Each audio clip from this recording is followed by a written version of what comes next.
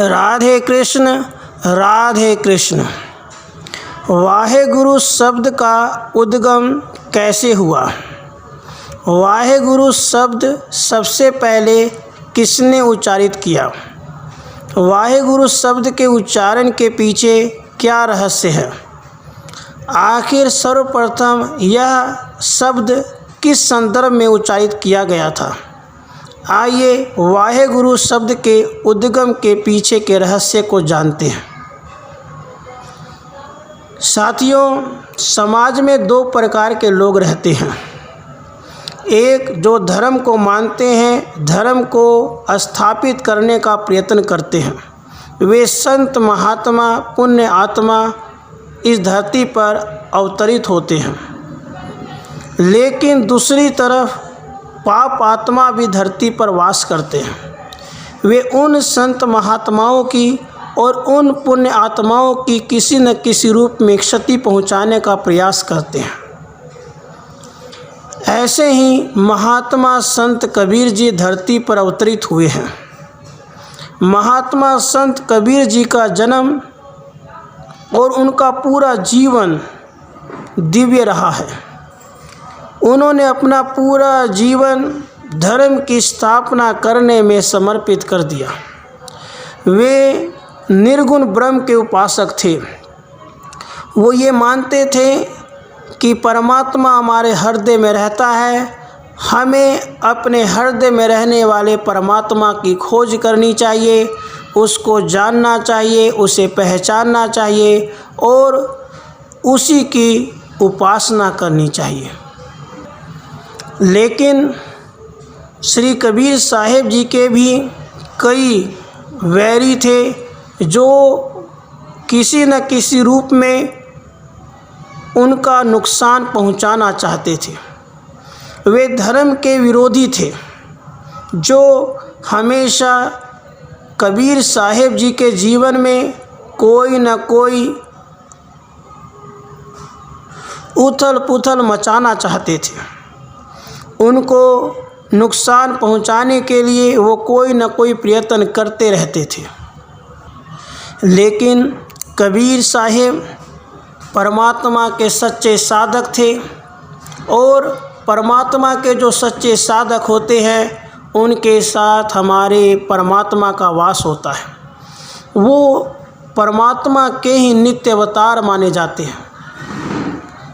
परमात्मा के नित्य अवतार संत महात्मा के रूप में अवतरित होते हैं। इसलिए कबीर साहिब जी को भी परमात्मा का नित्य अवतार माना जाता है।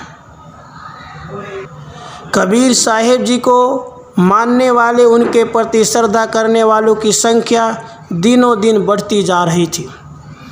इसी ईर्ष्या भाव में उनके विरोधी जनों ने उन्हें बदनाम करने के लिए भरसक बहुत प्रयत्न किया। एक बार की बात है, श्री कबीर साहिब जी के नाम से एक भंडारा का आयोजन किया जाता है और यह कहा जाता है कि इस भंडारे में जो कोई भी लोग आएंगे उनको सारी खाने पीने रहने की सारी व्यवस्था श्री कबीर साहिब जी के तरफ से होगा।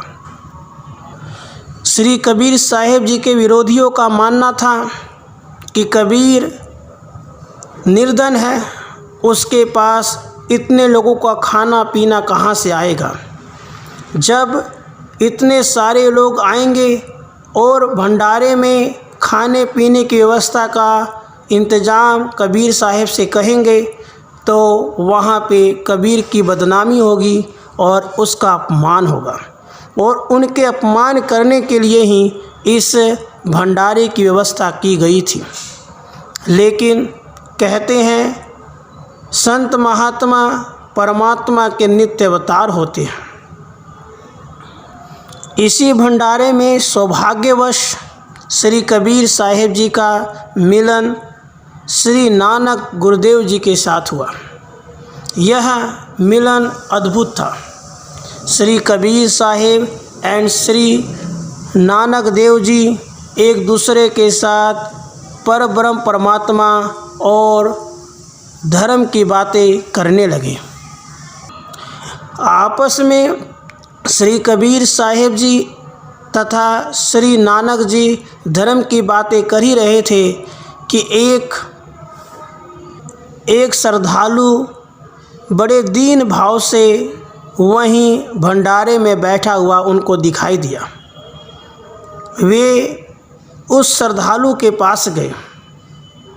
उस श्रद्धालु के पास एक पोटली में तिल का दाना था और श्रद्धा भाव से वह तिल का दाना लेकर आया था।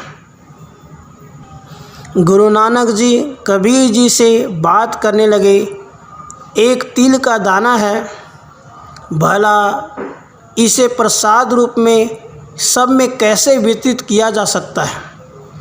एक तिल का दाना पूरे भंडारे के लोगों को कैसे बांटा जा सकता है? उसी समय परमात्मा कबीर साहिब जी ने एक बहुत ही सुंदर सुझाव, एक बहुत ही सुंदर विधि गुरु नानक जी को बताई।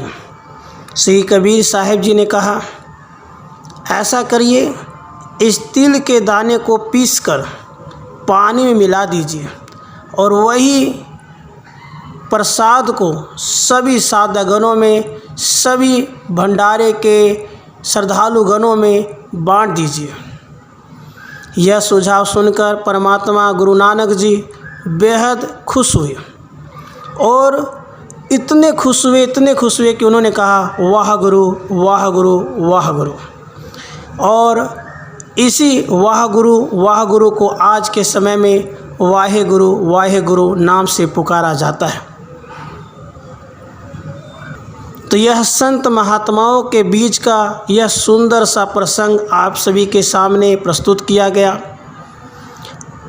इस प्रसंग से ये सिद्ध होता है कि जब भी दो संत महात्माओं का मिलन होता है, वह हमेशा समाज के कल्याण के लिए होता है, भक्तों के कल्याण के लिए होता है, क्योंकि संत महात्मा गुरुजन नित्य अवतार होते हैं।